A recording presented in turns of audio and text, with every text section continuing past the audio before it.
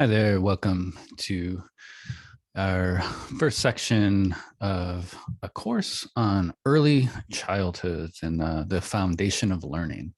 So this is our first part. This is going to be a general overview to what we'll discuss and look at moving forward, but it's really here in early childhood that we have to pay the most attention. It often seems the most simple part of our job of educating our children. However, it's like building a house. If the foundation's not strong, little holes, little gaps start forming early on, and can create all sorts of things down the road. Now, we'll get into how that might look as we move along here. So our overview, and the focus will be primarily on early literacy here. These skills form right from birth to about 6 years of age. So, everything a child's hearing, interacting with their environment is building those skills for, oral language, which has a very strong association with reading and writing later on. These early reading and writing skills are often most settings covered in kindergarten or early elementary. So we're this age range of 6 to 8 here is pretty crucial for getting right in terms of our literacy skills moving forward. And that'll be kind of the focus here. And, different settings are going to have different approaches. For some settings, I feel like early literacy has been pushed too much into kindergarten. There's things you definitely want to be doing in kindergarten, but lists and lists of sight words and everything else might be questionable. But early phonemic awareness, letter sounds, simple readers, things of this nature. And you also don't want to underestimate what kids can do at this age. But, you have to tease that out between that kind of play-based approach, this developmentally based approach, which is another area people tend to swing into perhaps too much in certain cases where there's no instruction. So it's this balance between those two worlds you got to look at. Now, these key foundations include oral language, phonology, and particularly phonemic awareness, but definitely lots of aspects of phonology we'll look at, and basic print knowledge, what's a book, letters, basic writing, things like that. So those are three key areas. And those areas do follow children throughout their whole literate careers, but shifts focus. There's drop away from phonology if the base is there, whereas remedial students might miss some of these early steps, and you had to back up and backfill, so to speak, with someone. But those three things we'll dig into quite a bit in future kind of sections and overviews. The other key idea here is this idea of structured teaching in a playful, age-appropriate manner. So we'll keep coming back to that. But yes, little children need to be engaged, be excited, need to move, do all these good things in play-based. But we still, as educators, need to be thoughtful, need to be structured, and all these things in our teaching. Along with that is not overlooking the importance of assessment, even at this age. Even if things seem simple or seems like, oh yes, I can pick up on what my kids need through interactions, still we want some form of documentation to really identify, are they picking up the specifics of what we need? Are they making progress? So that assessment driven teaching starts even in the kindergarten. And once again, there'll be a whole section on that, but these are the general key themes that we'll be looking at. Along with this assessment idea, early assessment and idea is critical for kids who struggle. So this is the Matthew effect, a very, very important concept within the research world and literacy gains. For those of you who are members, Matthew, you can, there'll be the article there. All these PDFs are available to members. You can link to lots of stuff within these slides. So the Matthew effect, yeah. So basically, it's the idea that kids who have these foundational skills and, things are in place, you can see is this green line where they keep increasing their fluency and comprehension, all sorts of scores, a normal trajectory.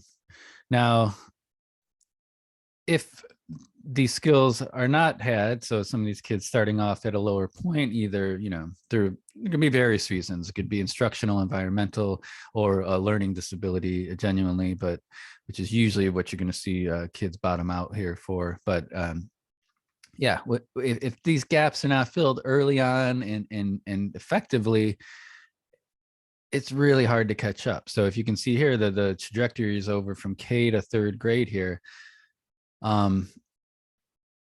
it's a telling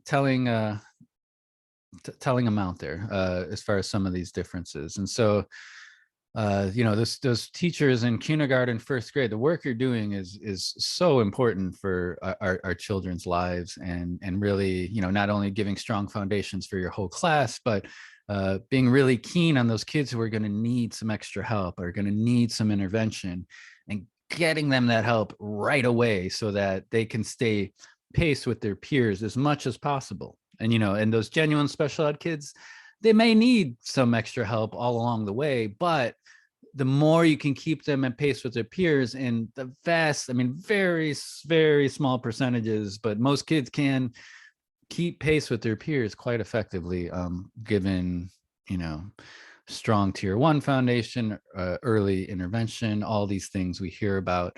But it needs to be caught, needs to be implemented. We need strong school systems, which is a whole nother discussion if we talk about principals and all that in another presentation. But key idea, keep coming back to it in other videos, but something to think about.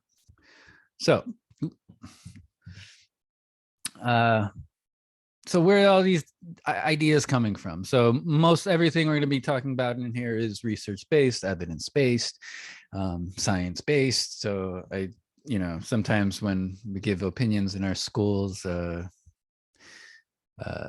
not my opinions. A lot of people much smarter than me have been studying all this for many, many ages, and I'm giving you this bite-sized chunk for you as a professional parent, whoever you are listening to this, to be able to get the basics without necessarily needing to go into all the details. But if you want to dig deeper in the research and look at some very detailed looks at this, these are some key seminal studies in this area.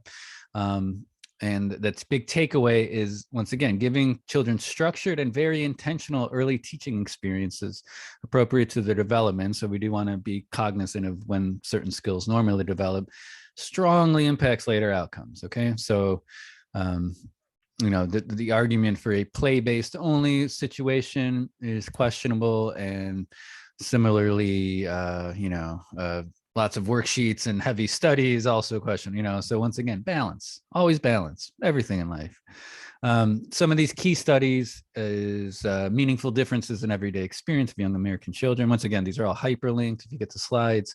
This was a key study about vocabulary exposure and how important that is, and the have and have nots, and how that impacts later development, even early on. Just basic things going on in the home.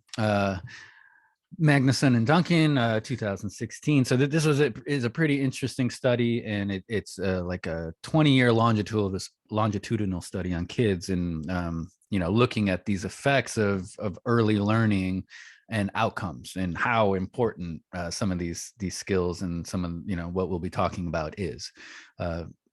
And a little more recent. Some of these are older, but doesn't mean a lot of it doesn't apply anymore. Reconsidering children's early development learning. This is a pretty in-depth look and covers a lot of areas. So it gets into physical, social, emotional, cognition, language development. So really, really nice overview of some of the things we'll be getting into, from a research lens. And then down here on the bottom, 2 seminal works, and these, anybody in the reading research world is probably familiar with the National Reading Panel, NPR for short, from 2000. However, you don't often hear this other study. So similar thing, bunch of researchers getting together, looking at all the, meta-analysis and trying to figure out, okay, what are the strong recommendations we can make from all these heaps of research we have in the literacy and child development world. And so this was the National Early Literacy Panel from 2008. So a little bit after the NPR, but oftentimes you don't see this discussed as much. But definitely, if you're in this realm, something to check out if you want to dig deeper into this. So those are just some research sources for you to look at, just so you know, I'm not just sitting here making up things to look at myself on YouTube. Okay, so what's important out of all that, and I'm giving you the bite-sized version here, oral language. So you're going to hear this a lot, but especially at this age, this can be listening to stories, simply following directions, taking care with how you direct children to, do steps and, garner some independence with that. Speaking in conversations, can kids do turn taking? Can they respond appropriately? Narratives, can they retell stories? Can they listen to stories? Can they identify parts of things happening in stories? So all these rich oral language skills that, can happen with young children. Once again, we'll dive into all these areas in another set, but really important, probably one of the most key parts of these early years in particular, because it's accessible. So even if some of your schools don't do heavy print work early on, this is definitely something that you can be developing even before school. Is this oral language aspect? We don't have to force letters and reading on children too early, but just how we talk to our children, how we direct them is so key, so critical. Vocabulary. Basic increasing word usage, understanding different words, concepts coming up. This does grow when children are younger, but being choice about the words we used, and when we get into it, explicitly teaching and looking at vocabulary with young children in an intentional way. Once again, not always using baby talk. You can talk to children like little adults in certain manner. Phonological skills, so these include rhyme, syllables, and of course the all-important phoneme when we get into reading. But those listening skills and being able to tease apart the parts of language is very key for later reading and writing. Then print awareness, basic things about what a book is, how to use it, how does print work, left to right orientation, pictures, captions, those kind of things. And then early letter knowledge and writing, so letter sounds, early on, just drawing, copying, making shapes before we get into full-on letter and writing, are all, those are the key areas we'll be looking at, and we'll do justice to them all. At the bottom here, the most predictive areas of later success are these oral language skills, phonological processing, and print knowledge, such as like letter naming, things of that nature, are strongly predictive of later success. So if you are covering these things in your school setting, and even not, there are screeners that can give you some idea within the ranges of normal development to flag certain kids and see where you have to focus with early on.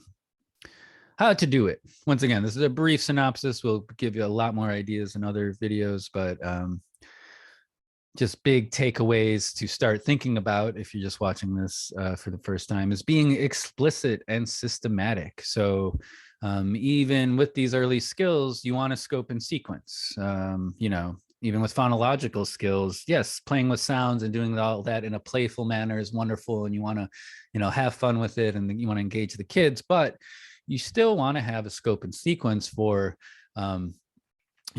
how you're working with those parts. If I'm doing phonemic awareness, am I working with initial sounds? Am I working with segmenting? Am I working with blending? What are those skills, and when am I doing them? How am I doing them? How am I tracking my kids? Lots of things to think about early on.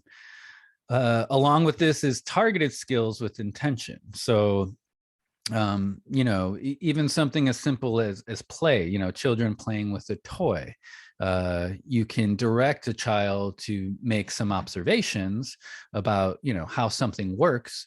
And that sets up, for a certain cognitive framework where a child just exploring things on their own in free play, they may not have thought about that. They may not have had a certain construct that, oh, I can, I don't know, like open doors in a certain way and close them and put things in a certain place. That structure may not be there for that child. So you can point these things out, but you also, once again, you want to have that balance between, you know, a structure for the child to work within, but also having working off them, seeing what they do in the moment, seeing how they approach play, and the skills that you're bringing. So it does require certain thoughtfulness around how we direct the children. And then a key is, using playful means with high interest. So a lot of this early literacy, reading, writing, you need a lot of repetition. And especially if a kid struggles, if there's disabilities, you need a ton of repetition quite often. So you need different iterations, different variations, games, you know, card games, sound games, lots of stuff you can do with chalk, lots of play-based, imaginative things. So drawings, all sorts of things that you want to be able to bring in similar material, but in a different way that keeps the kids engaged, but getting those necessary repetitions with material in place. And some key guidelines as far as looking at structures and how these things are laid out, depending on the organization. And there's different debates about when we do what in the basics, but there is a general kind of overview of different skills and sequence progressions. And these are a couple key ones here. Head Start is a program for early education for children. They have pretty nice laid out recommendations. We have the Common Core, which is a nationwide thing, but each state has come up with their own kind of iterations of this. I put California's here because that's where I'm at. So, but this is a nice link. It has a lot of volumes in it for the different areas. And then this is the National Association for the Education of Young Children. So, a little typo there, sorry, but so this once again is questions a few things and revisits some of the early research and gives other recommendations that you can look at, and some things to think about as far as some of these balances that we're looking at. But those will be a good starting point. Once again, we'll dig into all these areas, but this kind of gives you a nice framework to start with. I hope this has been helpful. And please follow along with the future sessions where we'll be digging into more of this.